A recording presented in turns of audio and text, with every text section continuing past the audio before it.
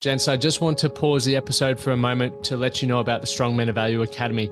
You will have heard me refer to it a number of times, and I want to bring more attention to it. So this isn't just a program, it's a life-changing environment and community of men who are focused on personal and professional growth. We're looking at areas of relationships, wealth, and health, things to help you thrive and maximize your life.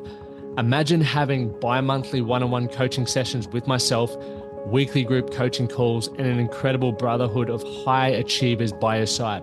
Now we're diving into resilience, leadership, and holistic growth to not just succeed in your career, but to thrive in your health and your relationships.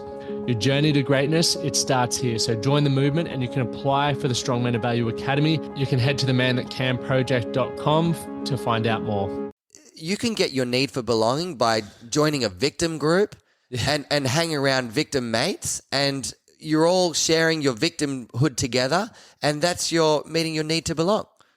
And that's one way to do it that's destructive and sabotage your life. Or you can meet your need to belong by people who are growing, expanding, making a difference, creating a great life. And men choose. Our guest today is none other than Luke Hawkins, one of my earliest coaches and a man whose teaching in NLP and hypnosis has completely transformed my life, right? Luke's journey is nothing short of inspiring. You'll hear me talk about how I decided I wanted to work with him and so much more, but his story from sleeping in his van to running a multiple seven-figure business inspired the absolute hell out of me. It just made me go, I need to work with this guy. His story is a true testament to the power of resilience, determination, and building the right mindset. Okay, in this conversation, we dive into his journey, the practical processes he uses to help people overcome addiction and create their own identity and create their dream life. This episode is packed with so many powerful insights and practical advice that you will not want to miss if you want to take your life to that next level. It really is an insight into what it is like working with this brilliant individual.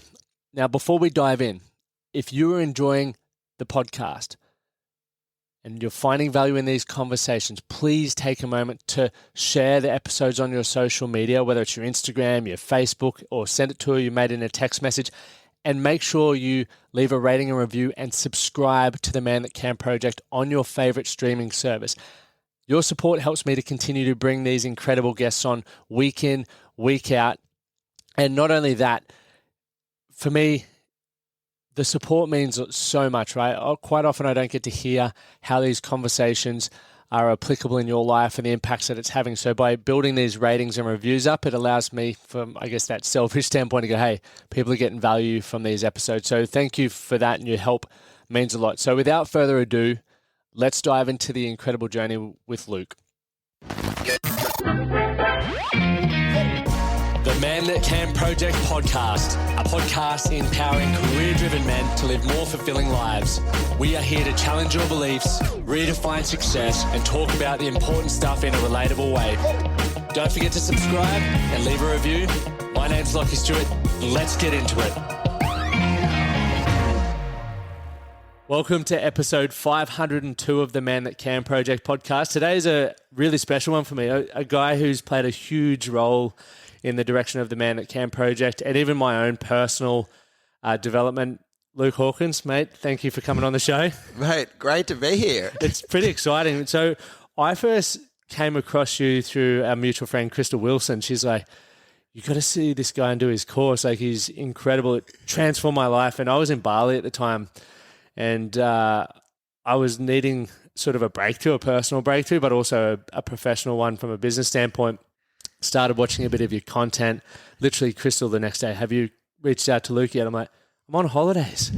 She's like, just do it, trust me. So I was on the phone to you in Bali, and it was a really pivotal conversation. I think literally then and there I signed up for NLP. Yeah. And I didn't really know what it was at the time, but I was like, I'm going to trust Crystal because I got a lot of respect for her.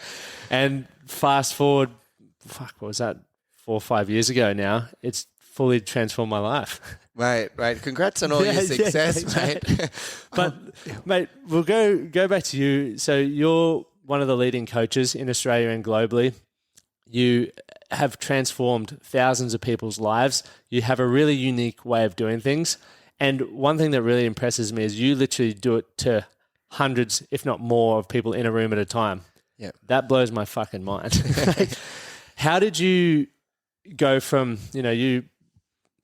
let's go back to the backstory. Yeah. Where did you come from? What was a pivotal moment in your journey to even get into wanting to help people? Yeah, I think I was always generally interested in human behavior and how to help people. And I was be the kid on the school bus that would see someone, upset or in pain or having a relationship problem, and I'd be like, let me fix it. And I was horrible at, maths and science and all these other things typically in school. But I had that genuine interest to help people. And, I went on my path. I didn't know who I was. So I got into doing a sports science degree and then got to the end and they said, oh, well, there's no jobs in that. So I'm like, so I decided to be a PE teacher. Fuck, I'll just do that. And then I got into that and then I realized this is a very different experience to what I thought it would be. Yeah.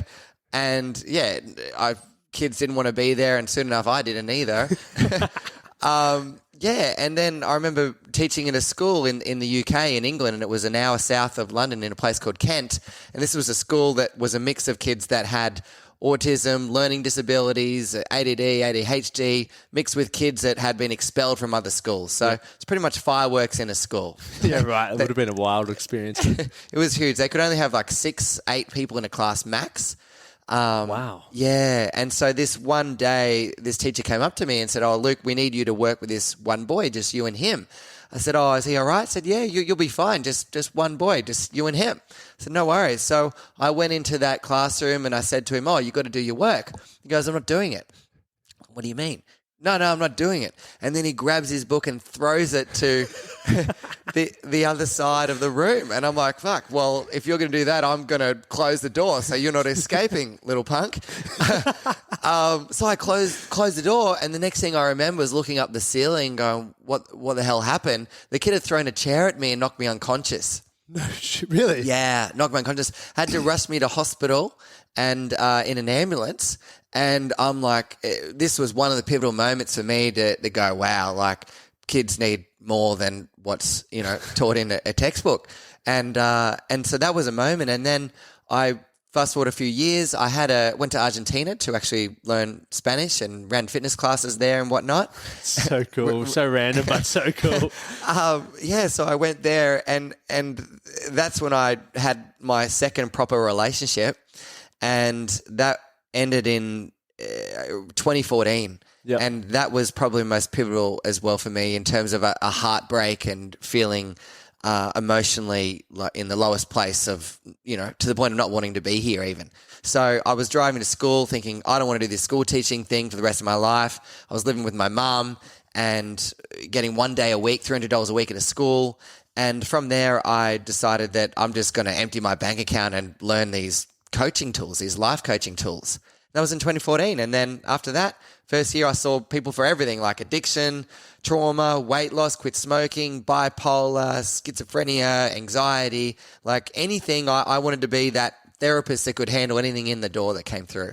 And so that's what I did. And I helped a lot of people one-on-one, and then it grew to now. Yeah, it grew to now. It's like it's huge what you've created, and very inspiring. Well, now like the first year, I think I saw about 200 people one-on-one. The second year, I saw a few more, a couple hundred people, and then I went from 60K year one, 100K year two, and then $1 million in year three in income.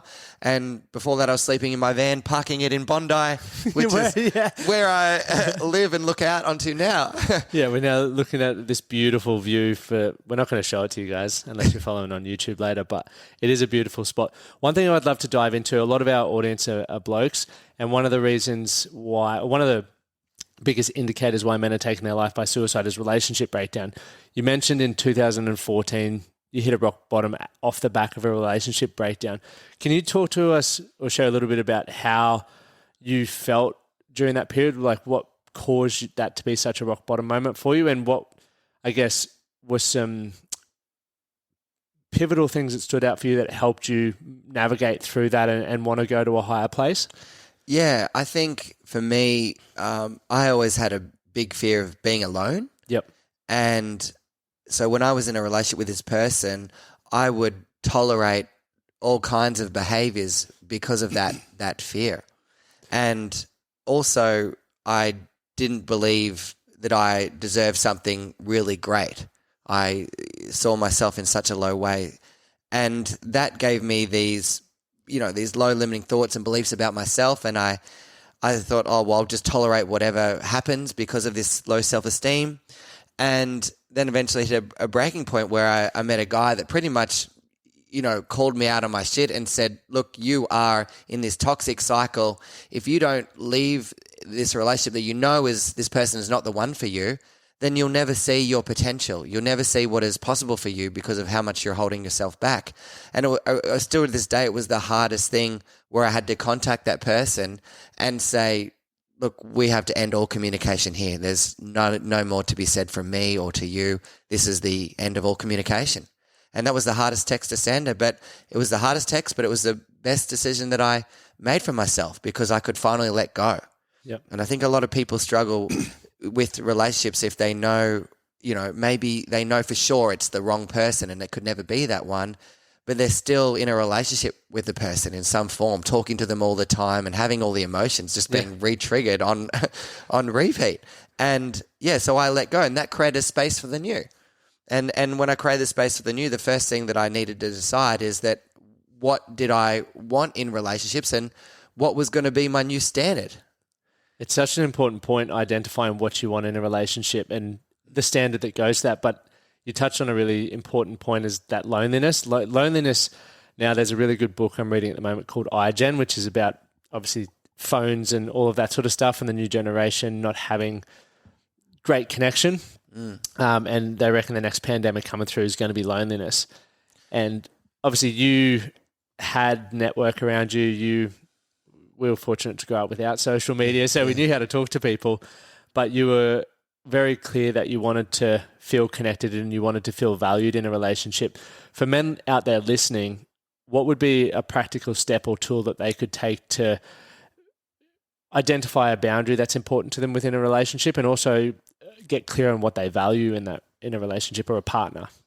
Yeah, I think for men, what they need to do is decide, what do they want? What must be there? I call it the shoulds and the musts. So the shoulds, like, should they be into health and fitness, or should they enjoy their career, or is it a must for you, right?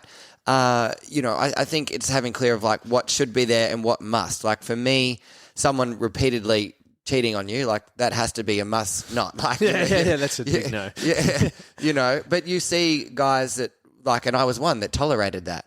And I was doing it at the time in full transparency. I was also being dishonest, but when I stopped, that other person couldn't stop, and I tolerated that. So I think that you got to decide, what must be there. And when you say yes to no thing, say yes to the wrong thing, you can be saying no to the right thing and what really could be there for you. And the trigger for me is I believe men should just focus a lot on growing themselves, like as you teach, becoming the best version of themselves in every area of their life. And they're going to increase their perceived value and they're going to have a lot more options in that area. Yeah. That's an awesome point. So obviously, if you look back to where you were at in 2014 versus where you're at now, how has your self-esteem changed, your value changed, etc.? Yeah, I just think I value my time a lot more than what I ever did before. And I'm very clear and specific about who I will spend time with and who I won't. And I think you should be spending time so much with the people that are where you want to be than not. And yeah, I think that's important, and focusing on yourself and growing yourself, and that will improve every area of your life from there. Yeah, that's exciting. It's cool. I remember a story. You were obviously saying you were living in a van in Bondi, and then you got into helping people break free from smoking. Yeah. Like I used to smoke when I was living in France. I'm not a big fan of it now, but there's a lot of people who smoke still. What's a process look like for breaking the link or the addiction to cigarette smoking, for example? Because it is also like a transferable skill for addiction, right? Yeah. From smoking to potentially gambling and various other things, or is it a different process? Well, yeah, I think the science of addiction is really interesting. Yep. From what I've learned about it is that people usually growing up, they experience these emotional events where emotional needs were not met growing up for them. For the majority of us, we did not feel seen enough, heard enough, validated enough, like we matter. and loved enough and things like this, like we belong.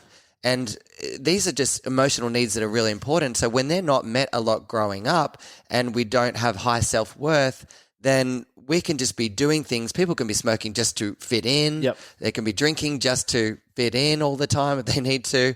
And they could be doing this addiction because there is some negative emotion that is at a subconscious level that they don't have the resources to process that or let that go.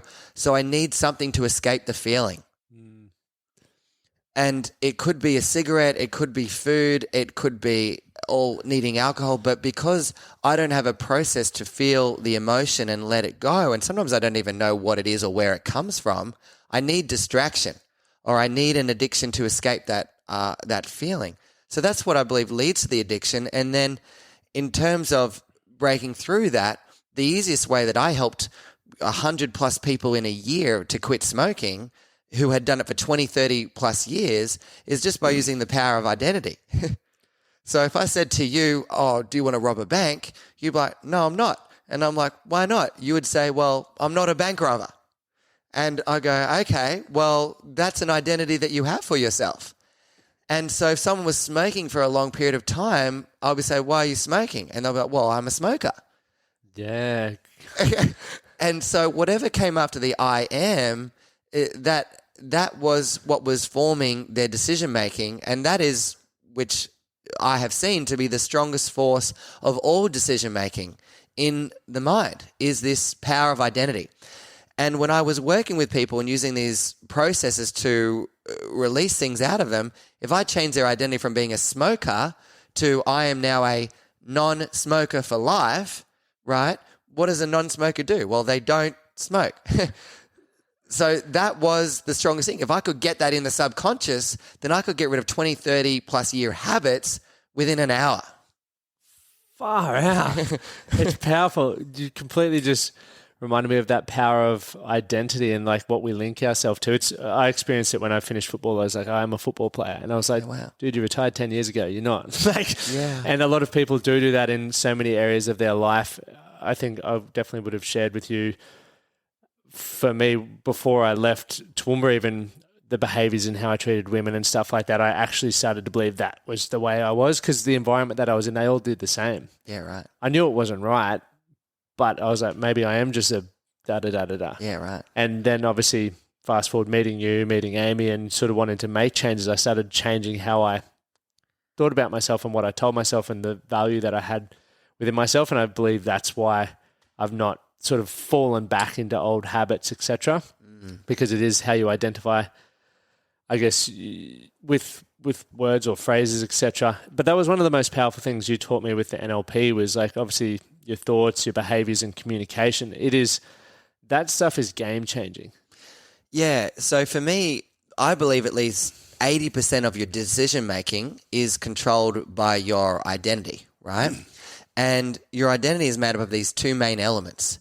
The first element being, what are you comfortable in every area of your life? What is the temperature in which you're comfortable in your health and body, in your finances, in the success in your business career, in the quality of your relationship? What is comfortable for you to experience? And you won't tolerate any less than what you subconsciously is comfortable for you. And the second element is, what do you believe that you subconsciously deserve? So people won't allow themselves to ask for more or receive more than what they subconsciously believe that they deserve.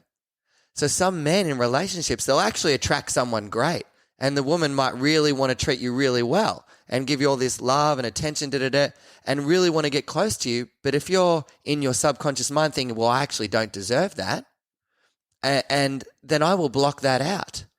If I don't believe that I deserve a successful career or a successful business, then I'm not going to make decisions to create that. I will block that out. And so these two elements, what you subconsciously believe that you deserve and what you're comfortable in, where does this come from? This comes mainly from, it's conditioned from your history. Most people are living a life that is a reincarnation of their childhood. So whatever that you were brought up in, what you saw, what you learned, and then also what were the meanings that your mind took when, for most of us, our emotional needs were not met, that's formed what we believe that we deserve and what we saw, what we felt comfortable in. So even some people that are like totally broke, have no money, have the shittest job, they can't pay for their rent the following week, they're tolerating something terrible in their relationship, and they're tolerating it because that is what they learned or that is what they saw, and these are the meanings that they've taken up from all the events of their past. They've never done the inner work on that. And that's why I've, formed now the Neuro Transformation Therapy, because people need to understand what these emotional needs are that you have and when they're not met and how you form these protective sabotage patterns. Yeah, I've literally got it up here for the NTT. Yeah. How did that, obviously coming from the NLP and then going into the NTT, what was that leapfrog that caused you to go down that route? Can you give a bit more of a in-depth, I guess, education to all of us, myself included, on what Neuro Transformation Therapy is and who you primarily believe it's valuable for? Yeah. So I don't know if I shared this with you. I think you knew, but I ended up going all the way and doing all the events and courses with Tony Robbins, right? Yep. So I joined a program with him called Platinum Partners, and it costs about 120 grand to join. And so you get some opportunities to do one-on-one. So I was talking to him about this, right?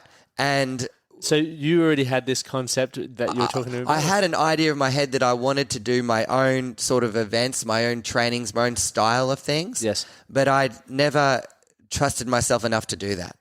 Where was the lack of trust coming from?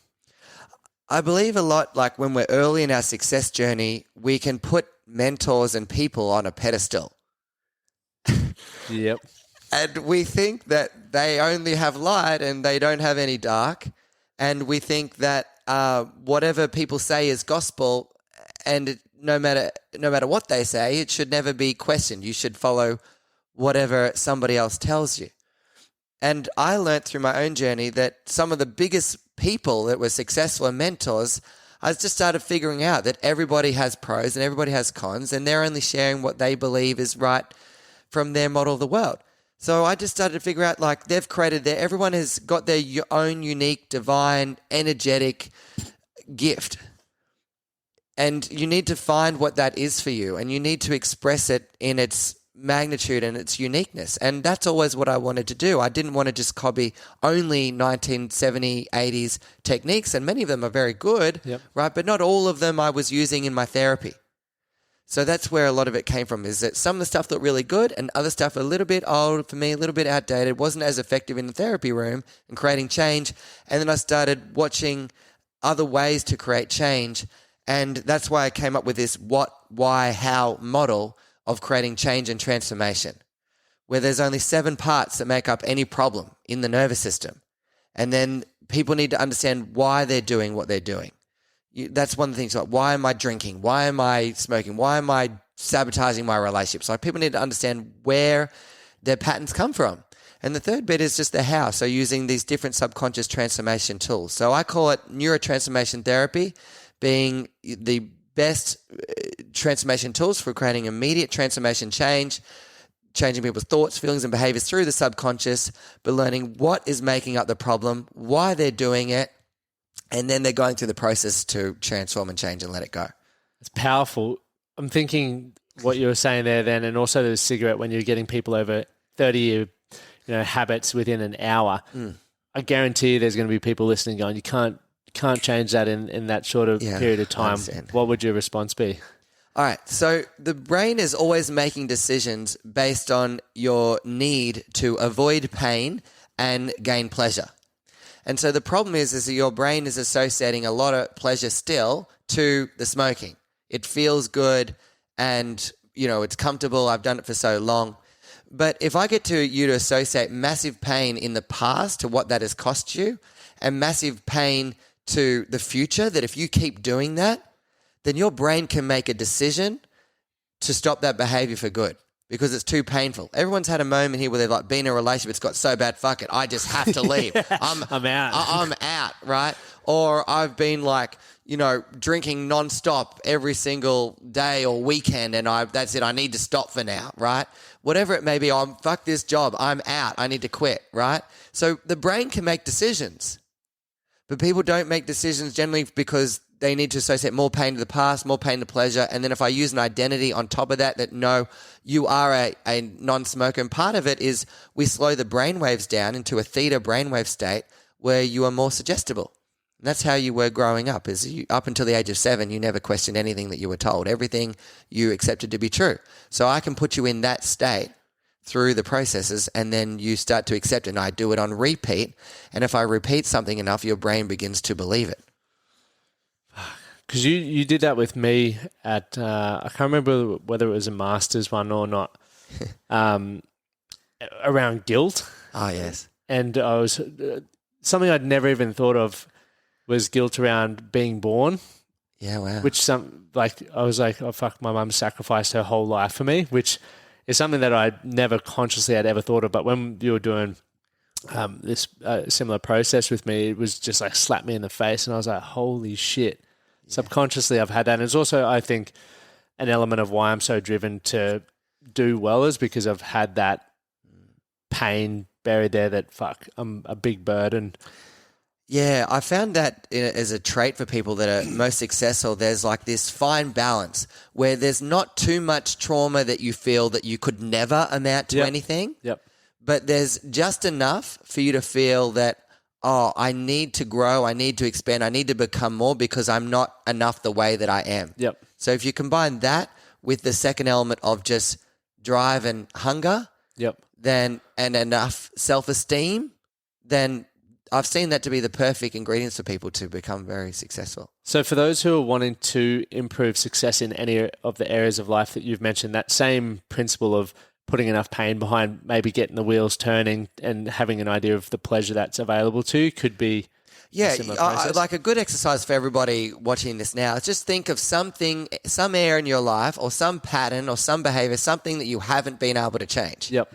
And then think about, all right, how long have I been doing this for? And what does this cost me in my health and body? What does it cost me in my finances? What does it cost me in my business and career? What does it cost me emotionally and in my relationships? And if you think in every area of your life what it's cost you, and then you're like, well, what is it going to cost me 20 years from now if I don't change? And for me, it was if I stay living in my mum's house at 27 and I'm 40 years old, no one's going to want to be with that. Yep. So I need to make a decision, and that's what helps get people to the point of a decision of change. A powerful tool. One thing I also really respect about you is your transparency with things. I was doing your 7-figure mastermind. I was a part of your mastermind. Oh, yeah. And I can't remember the specific moment, but there was a moment where you got everyone on the call and you looked like you were knackered. Yeah. And you're like, guys, I got to talk to you. I'm not, I'm struggling here with fatigue and stuff like that. And I have never seen, you were the first person that I've seen come on a call or something like that and be like, I'm fucked at the moment. Yeah. Like rather than trying to, obviously you were still showing up, you were still pushing through, but you were like, I'm struggling here. And for me as a coach as well, and also someone that I, really aspired and was inspired by or am inspired by, I'm like, fuck, this guy's human. Like he's not just a war horse because you work incredibly hard. You bring incredible amounts of energies. Like we did 10 days straight of that, and you were on all day. I was knackered. I wasn't even teaching. And so to hear that for me was really eye-opening, but also very important in my personal journey. So why do you feel it's so important to be transparent?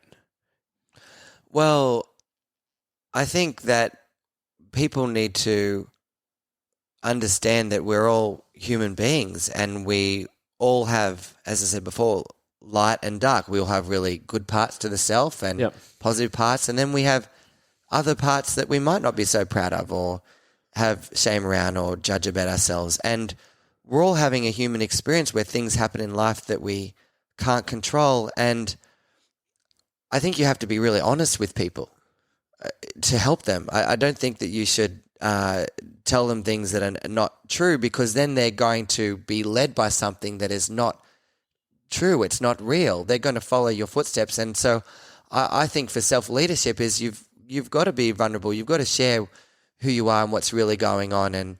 And that helps people feel safe as well and feel, I guess, trusting themselves and knowing themselves that they're okay as they are and can be great with all these things going on in their life. Yeah. Yeah, it's definitely how I experienced that as well. But do you mind if we talk about the chronic fatigue and stuff a bit? Because I've had another mate who's experienced it, and some people probably feel like they experience it. But what was that like for you, and what, I guess, tests did you have? Because I know you had your bloods done, and how was that recovery period? Yeah, so it was back in late 2019, the beginning of 2020, where I started to feel a lot less energy. I remember after running that 10-day transformation course, that I had a personal training session at like 6:30 a.m. the following day. And we were running events from, the event was from 9 a.m. or 10 a.m. till 10 at night each day. And then that doesn't include the prep time till 1, 2 a.m. and then waking up at 6 to prepare again. And that was I had this 10-day course, and after this, and I remember trying to lift the weight and I couldn't lift it. I'm like, why am I not lifting? It's not even heavy. And it wasn't like feeling just weak in the muscles. It was nerve weakness.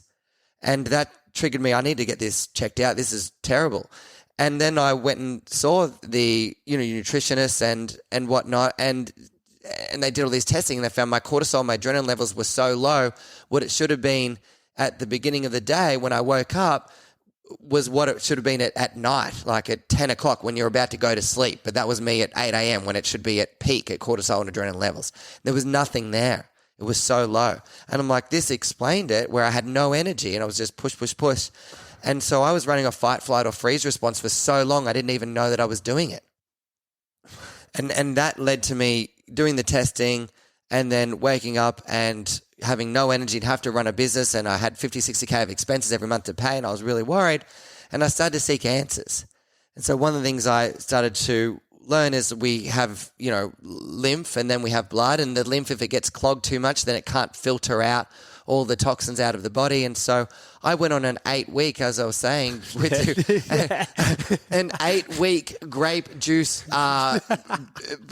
cleanse, right? Which was basically the most painful thing. So if you imagine walking past a restaurant, you're seeing people eating pizzas, eating meat, eating nice burgers. It was the most hardest thing to eat only grape juice for breakfast, lunch, and dinner for 8 weeks straight. Fuck. And I was mentally tested. I lost, as I was saying, 15 kilos over this time period. I shriveled into nothing. I had no energy whatsoever. And by this point, the person said to me, like, now we need to do a water fast. And I'm like, I'm going to die, like, if I do that. And I was not in a good place emotionally by this time either. And so I did all that. I got a lot of toxins out of the body, but then I started to eat normally again and use other techniques to get out of that. But yeah, it's interesting when you're running a fight or flight response 24/7, what it does to your adrenals. Could you give some key, or for, once again, a lot of people listen to this are high performers as well, and they're always in that hustle mode, fight or flight.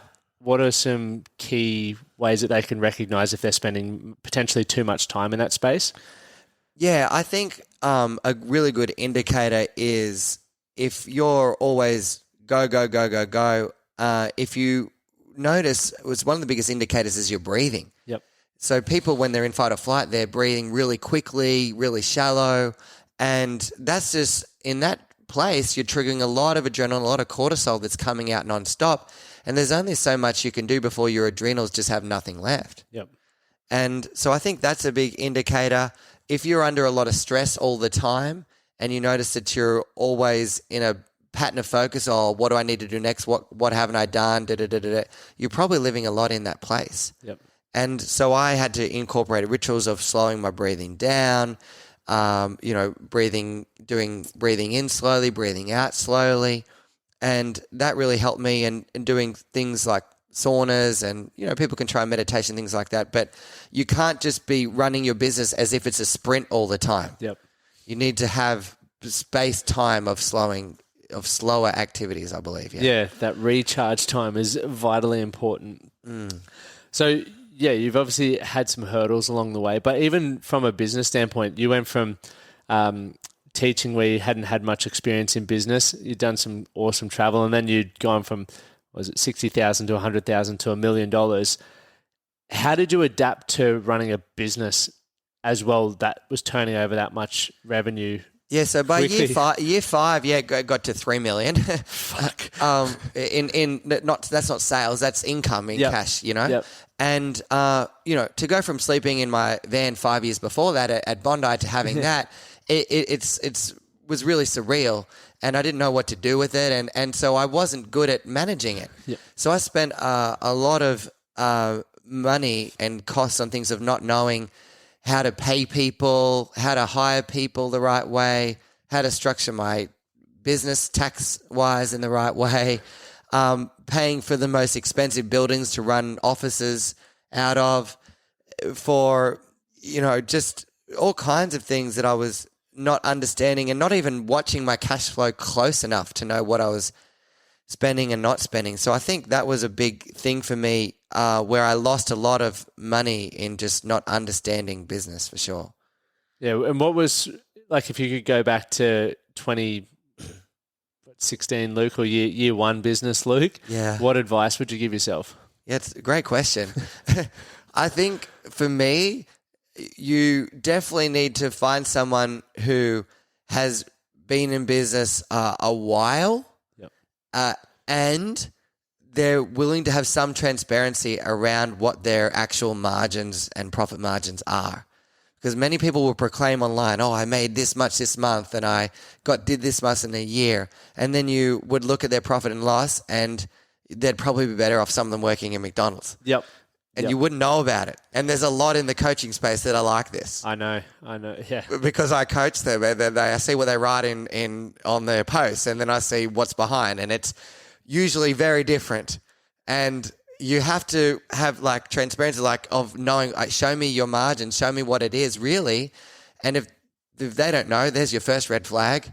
And if they're not willing to share, then maybe you should dig a little deeper. I think people will willingly hand out money to people just because of what they've seen in a post, but I think people should really do their research beyond what is normally shared. Yeah, due diligence is a key one. I remember I did a course, I think it was like 2015 or 16, and this was the moment that made me go, fuck, I need to do due diligence on people before I give them my cash. Yeah. And it was $4,000 or whatever, which was a lot, significant investment for me. And I put it on credit, and this guy literally, all he did for the whole 3 days was every time something triggered you or whatever, he's like, go lay on the mattress. Right. And I was like, what? And literally after that, like, people were suing him and whatnot. And I was like, I'm just going to take that as an expensive lesson. Yeah. Do some digging on people and where they're at, their results. And yeah. And I think for people first year of business, they should find something that, yes, that they love, like you really want to do it, and that there is a need or demand for it as well. There's so many vehicles. You could choose e-commerce, you could choose online trading, you could choose drop shipping, you could choose affiliate marketing, you could choose what we are, the coaching consulting space. There's other different categories as well. But I don't think people should choose something just because they think they're going to get rich out of it. I've seen some people just, we're going to do affiliate marketing, or I'm going to do drop shipping, or e-com, just because they think, it's easy to make money, I'm going to do it. But if you don't love it enough, then you won't put enough energy that's required to make it great. Like, I could do anything right now, but I chose coaching because I'm most passionate about it. Yeah. There's a lot of other things I could do, but I will put in the most amount of energy to this to make this great. You got to pick one lane and just decide to become the best at that. It's a very good point. Like, for me, I've never delved into like the business coaching space because what I love doing is like the mental health stuff. Mental health. That's what I love. And as much as like there's more money in business stuff because you can get in corporates and whatever, it's like I just don't enjoy it. I love growing my business. That's fun. I love seeing my numbers. I love seeing my mates' success, etc. And as I mentioned, we've got people who are doing really well. I love learning from them. But I'm not going to be the guy that's like, let me show you how to run a fucking business. That's just not who I am. I think it's really great to see what your genius is and what you love the most, and what people need. And I think that's good recognition of self-awareness, of knowing that. I've just seen, and I think it probably comes from your transparency, seeing a lot of people do what they don't enjoy doing just for money. And I'm like, money's great, but it's a resource to do other things that make you happy. But if you're not happy in the process, why are you doing it in the first place? Yeah, like we're all at a deeper level just searching for meaning, Yeah. right?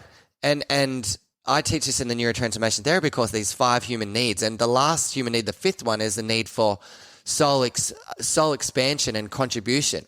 And the reason why we want to expand is because we're seeking more of meaning. And it's hard to get meaning in something that you don't love, you don't enjoy, and it's not expression of truly what your gifts are. But talking about meaning, you have made significant donations to Operation Underground Railroad. Yeah. How did that come about for you? And yeah, why is that so important to you? Obviously, touched on the meaning piece then, but yeah.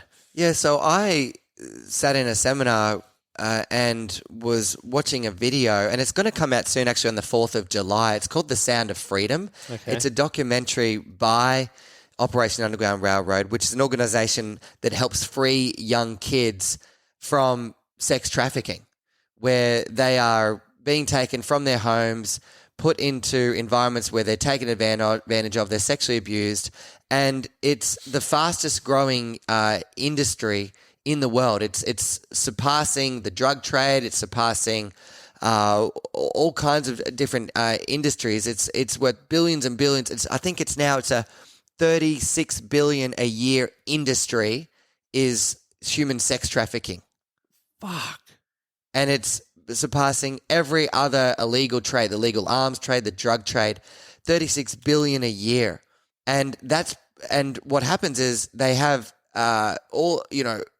when there's wars in countries, or when there's real tough situations where there's hurricanes and things like that, they call it apparently harvest time, where there's all these kids that are just, they're homeless, they're vulnerable, and these predators go in there and these these underground organizations go in there and take these kids.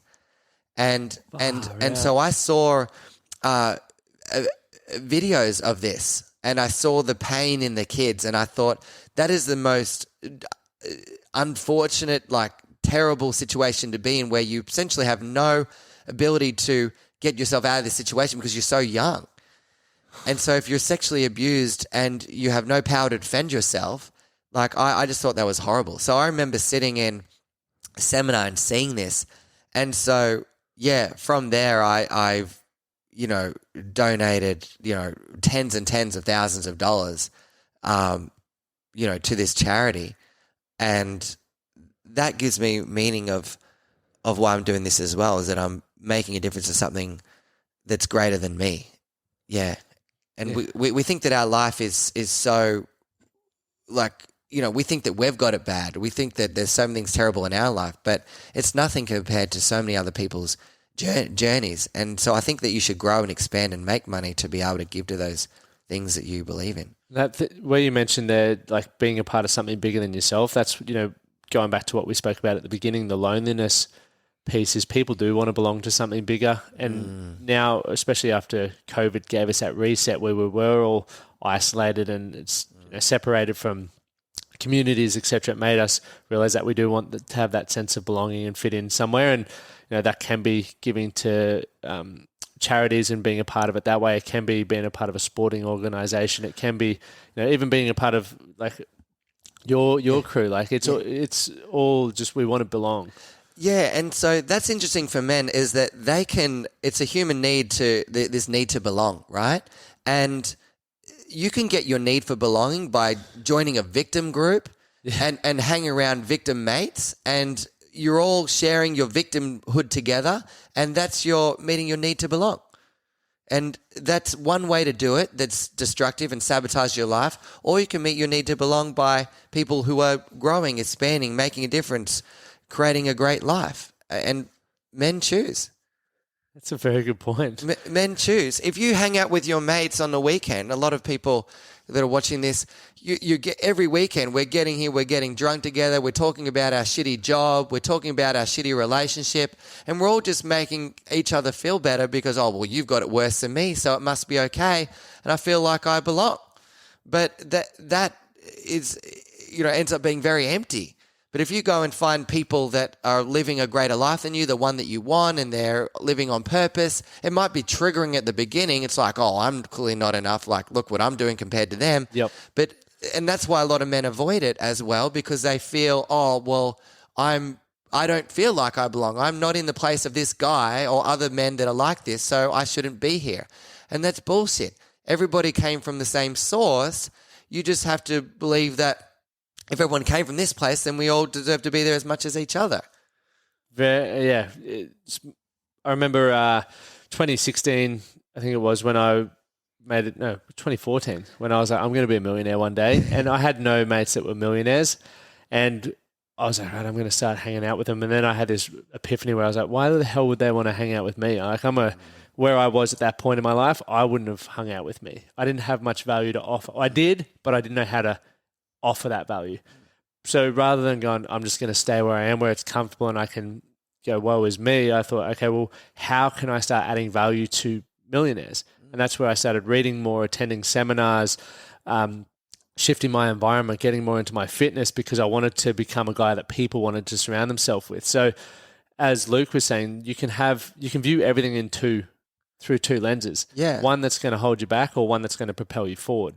Yeah. I think, what do I have versus what don't I have? I spoke to a kid yesterday. He was 26 years of age. He's been doing DoorDash, to drop off things. He was doing busking on the side of the street, and he's like, well, what do I do with my life? I'm lost. I don't know what I love. I don't know what to do. And I said to him, you've got to learn high income skills. Yeah. Because you won't, it's not enough to just do government education. It's not enough to just do school and think that, I'm going to make it in this life. You're going to get eaten alive in this life. In the next 5 to 10 years, I believe at least 40-50% of jobs are going to be replaced by artificial intelligence with what's coming. It's crazy, man. Right? And now, like I said, this boy, you've got to learn these high income skills. You've got to learn problem solving. You've got to learn communication. You've got to learn how to coach yourself. You've got to learn how to even coach and lead others, leadership. You've got to learn sales and influence. These are high income skills.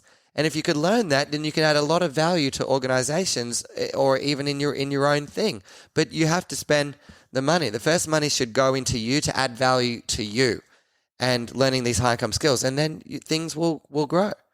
That's a very important thing, investing back into yourself, obviously learning those skills, but you as well. So looking at, obviously, when you were doing your cleansing, but I know you do saunas, ice baths, you exercise, all of those things are an investment in yourself. And a lot of people don't have the education or understanding on how to eat well, on how to move well, but they refuse to part with the money. And I understand, I remember my first ever event ticket was $25. And at that point in my life, I was like, fuck, that's a case of beer for the weekend. And I dwelled on that all week. And then I'm very fortunate that I did just pay the $25 because that then made me go, wow, this is awesome. I need to invest $50, see what I can get from $3,000, $10,000, blah, blah, blah, blah, blah. But in the beginning, it was a lot. But for those of you who know that you need to improve, whether it is your health to get more energy and enthusiasm in what you're doing, or strength for your confidence, etc., at some point there will come a time where you've got to invest either time or money.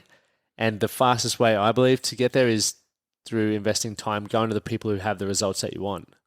Yeah, I think that's a great decision for anybody to do. I went through university, as you know, to begin with, but soon enough I realized that, I don't have the confidence, I don't have the self-esteem, I don't have the self-worth, and every area of your life is a reflection, as we said before, of what you believe you deserve and what you're comfortable in. And you've got to upgrade that. And the easiest way to upgrade that is to start working hard, telling yourself new I am statements. I am a millionaire, or I am successful, or I am a fucking powerhouse athlete. Whatever it may be, you've got to have a strong identity that you keep repeating to yourself to get that into the subconscious. And then you've got to start visualizing that new life that you want, whatever it may be. And then start working hard would be the third thing.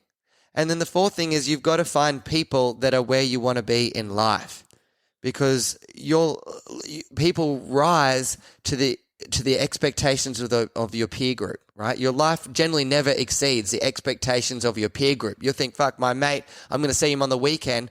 When I talk to him, he's going to be, how much did you make? Or what did you do this week? Yeah. Or how have you been going? And you, because of your need to belong, you're using an empowering way. I don't want to let this guy down. I don't want to lose acceptance or love from the group or from the tribe or from my mate.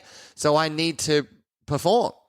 And you would have done that through investing, 120 grand to be in That's Tony why Robbins. That's why I purely did that. People are like, you're an idiot. You should have bought like 2 house deposits for that. And I said, well, I don't want to stay here. Yep. So I need to hang around people that are where I want to be much bigger than. And I remember being on the bus and sitting next to this guy. We were going to Tony Robbins' house, right? And I'm in Idaho, in the States, and I remember him talking to me and saying, "Oh, Luke, how are you going? How's your business?" Da-da-da. I said, "Oh, yeah, I feel pretty good. Like, did 3 million last year. It was amazing. 5 years ago, I was sleeping in my van doing courses, so I felt pretty good about myself." And I was like, "Oh, chuffed." And and then I asked him, I said, "Oh, what do you do?" He goes, "Oh, I've got an investment banking company." I said, "Oh, wow. Hope you don't mind me asking, how's that one going?" He goes, "Oh, yeah, we did 300 million last year." And then I'm like, what? Like, and I just felt like, shut up, Luke. Like, don't say anything. Like, just shut up and listen.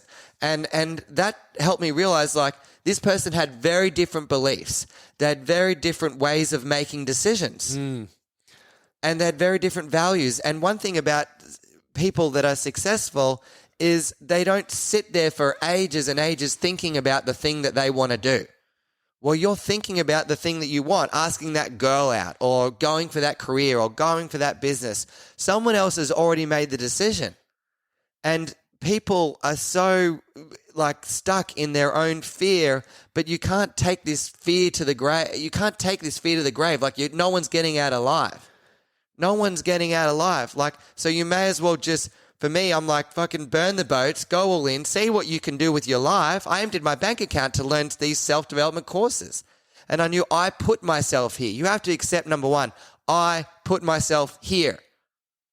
No one else's fault. Like, you're the reason. It's the most spiritual quote. Like, you are the reason. It's your fault as to why you are where you are. It's the most confronting thing to hear because no one's like saying, "Oh, you poor you went through this thing." No, you should fucking use it to grow, not as the reason why to stay where you are. Another thing to add to that, I'm fired up here. And this is one of the reasons why I was saying to you before 8 months ago, I was like, I'm going to like really lean into the podcast because of the growth and the people that I get to chat with.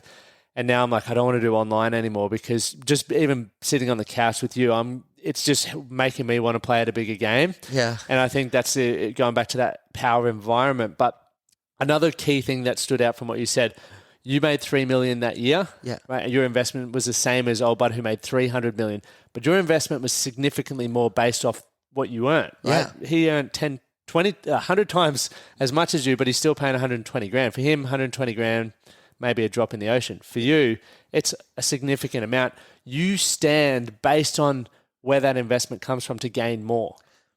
That's so true. Like for the first 3 years of my business, even though I went from 0 to $1 million in a year, every cent went back into me.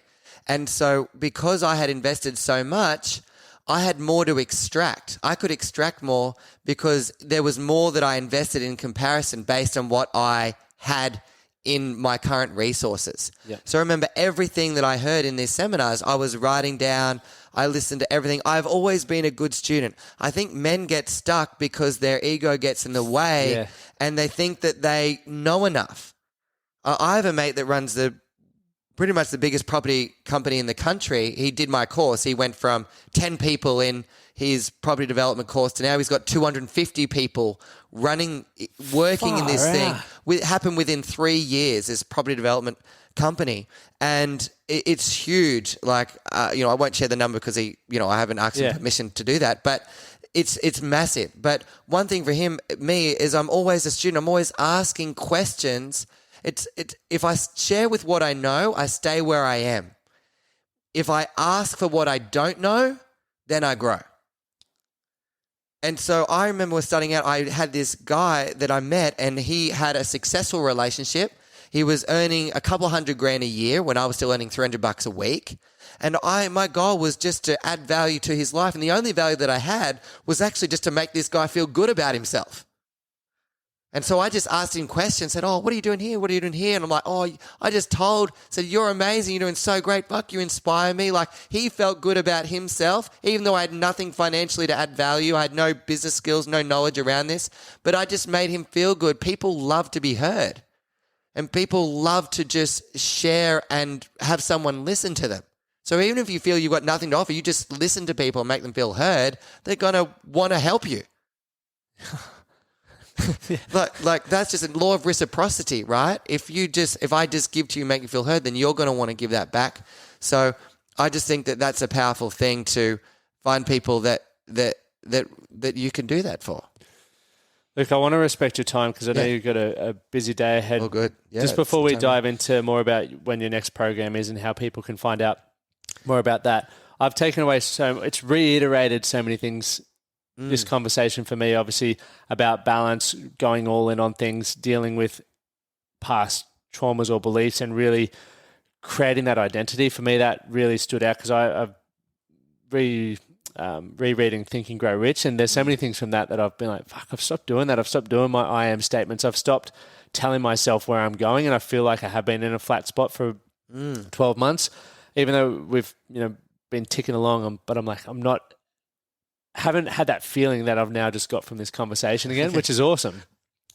So I hope everyone who's listening to this has taken it away as well. And if you want to go deeper with this stuff, which I would recommend because I personally did it and it changed my life, like it genuinely did change my life in a short, I did 3 of your courses in 1 year. I did your hypnosis, the NLP, and then the masters all in 1 year, which was gnarly.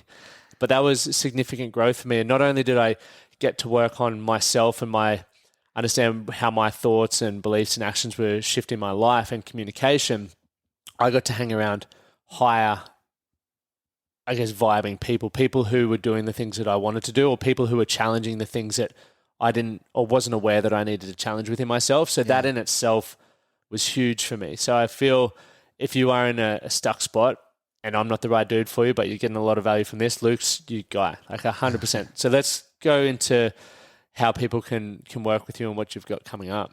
Yeah, so we run these 3 events a year called Neuro Transformation Therapy, and that takes people on a 3-day journey. We run them live in Sydney, or you can attend online. I tell people I can fly there. I've got a lady coming from Florida to the next one. I saw you posted that. Yeah. She's flying over. So we have people fly from around the world to come, but it's 3 days. And if you can come there in person, that is where the greatest transformation occurs. Yep. So you're in the room. We're bringing up all your stuff over the 3 days, all the past trauma, all of the unresolved stuff. And then we're taking your process over the 3 days to let it go, release it, and create a new version of the self. So they're on 3 times a year. The Neuro Transformation Therapy is for those that want to learn how to transform themselves, and those maybe they want to become a certified life coach as well. That's something extra that people can get out of it. But they're learning all the trauma healing, all the transformation of the past, and then learning communication, sales, influence, and how to, coach themselves and coach other people as well, no matter whatever that they're doing. Awesome. It's been extremely valuable. You guys can find Luke at lukehawkins.com. It's got all the links to your social platforms and everything else that you do there as well. So, mate, it's been an absolute pleasure. Thank you. Thank you. Great job. Thank you for listening to the Man That Can Project podcast. My name is Lachlan Stuart, and I hope you enjoyed this episode and found it helpful. If you did, please take a moment to rate and review the Man That Can Project on your favorite podcast platform. And don't forget to subscribe to stay up to date with our newest episodes. We'll see you again next time. Thank you for listening to the Man That Can Project podcast. My name is Lachlan Stuart, and I hope you enjoyed this episode and found it helpful. If you did, please take a moment to rate and review the Man That Can Project on your favorite podcast platform. And don't forget to subscribe to stay up to date with our newest episodes. We'll see you again next time.